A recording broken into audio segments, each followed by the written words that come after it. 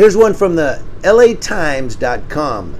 9 current and former Oakland police officers have been given unpaid leaves after an investigation showed the group shared offensive content online while using their work cell phones. FOIA. 7 current officers whose ranks include lieutenant were suspended for up to 25 days without pay after the investigation of an Instagram account belonging to an officer who was fired last year. 2 other officers have since moved to other jurisdictions which have been notified about the findings. There's your gypsy cops.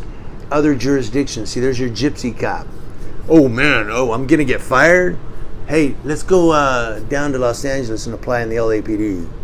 Oakland officers were called to another shooting. A man rushed to a hospital after gunfire near Bond and High Streets. Now, all this has city council members who voted to reduce police resources now talking about whether to add officers back to the force. KPIX5's John Ramos explains the apparent reversal. A surge in violent crime has reopened the debate about whether or not more cops mean more safety. A man found shot to death yesterday outside the Coliseum BART station was Oakland's 100th murder victim. Today, Councilmember Sheng Tao introduced a proposal to add 2 new police academies, one this year and one next. It was a move that Mayor Libby Schaaf has been advocating as the department has shrunk to 694 sworn officers, the fewest since 2014. Investigators determined a former Oakland police officer who had been fired in 2020 for other misconduct, whatever that is, created an Instagram account with posts deemed racist and sexist and containing other deeply offensive content after his termination. The probe began in January after news website Oakland Side revealed the Instagram account called Crime Reduction Team, which included memes and images that joked about police brutality, rape, and undermining constitutional policing reforms. After the discovery, the mayor and the city administrator brought in third-party investigators who confiscated 140 work phones from Oakland officers and identified 9 sworn employees they identified as having accessed inappropriate material with their devices. Hey. Woo. Sexist. Was that sexist? Sexist and racist behaviors are far too prevalent in our culture and have no place in our public safety institutions. That's Mayor Libby Schaaf saying in a statement. I wholeheartedly and strongly condemn any behavior, including online communications that supports or engages with sexist or racist tropes. Oakland has the lowest officer per violent crime staffing of any department in America. The council's concern is if the number of cops falls below 678, the city could lose Measure Z funding, which goes to various purposes, including firefighting and violence prevention. But some feel the city could get an exemption from that, and much of the public comment at the council meeting reflected a lack of support for the police department. I want to advocate strongly against the creation of extra police academies that we know do not keep us safe. We can't keep throwing our tax dollars at police. Having more police does not prevent more crime, so I'm not really sure why this would even be a viable option. But despite a rocky relationship with the police, some in the black community still see the need for them. The current climate, a lot of people don't trust police, but unfortunately they are people that we need because people want to feel protected. The mayor said the officer's conduct brings disrepute to the Oakland Police Department. Now, the officer's suspensions range from 3 days to 25 days without pay. The city, which did not identify any of those involved, said it would submit all details of the investigation to the federal court, and a judge would determine what information would be made public.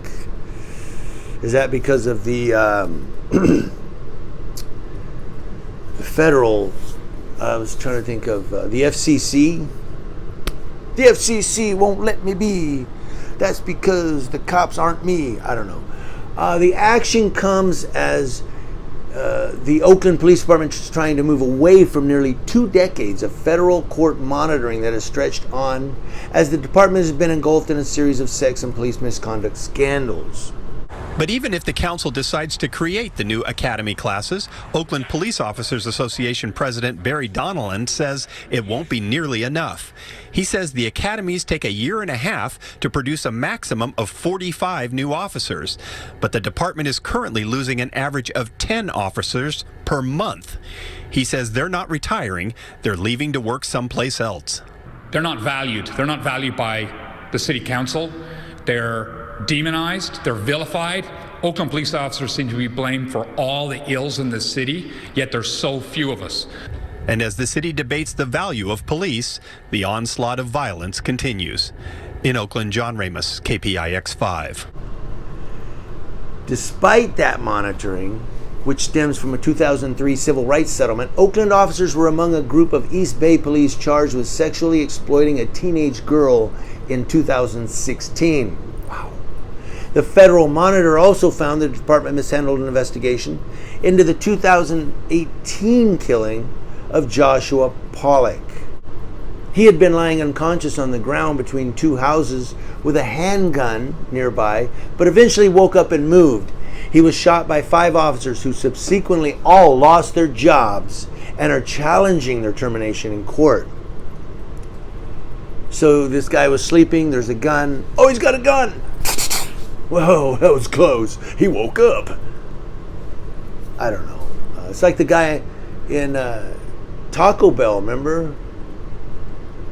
He was in the car. Was it Taco Bell? But he was in the car and he woke up with a gun in his lap and they all just shot him because.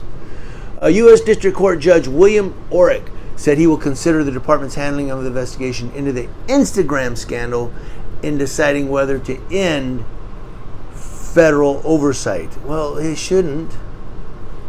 They shouldn't end it. Obviously, they haven't learned. Gee, so they're still effing up. Let me see if I should end oversight or not. That's like if you stick your kid in the corner for doing something bad. And when you look over, okay, the kid is punching holes in the wall. Gee, should I let him come out of the corner? Oh, he's still acting like a little brat. That's what I'm saying. Here's this judge is like, should I end federal oversight? There's no question. No. What do you all think?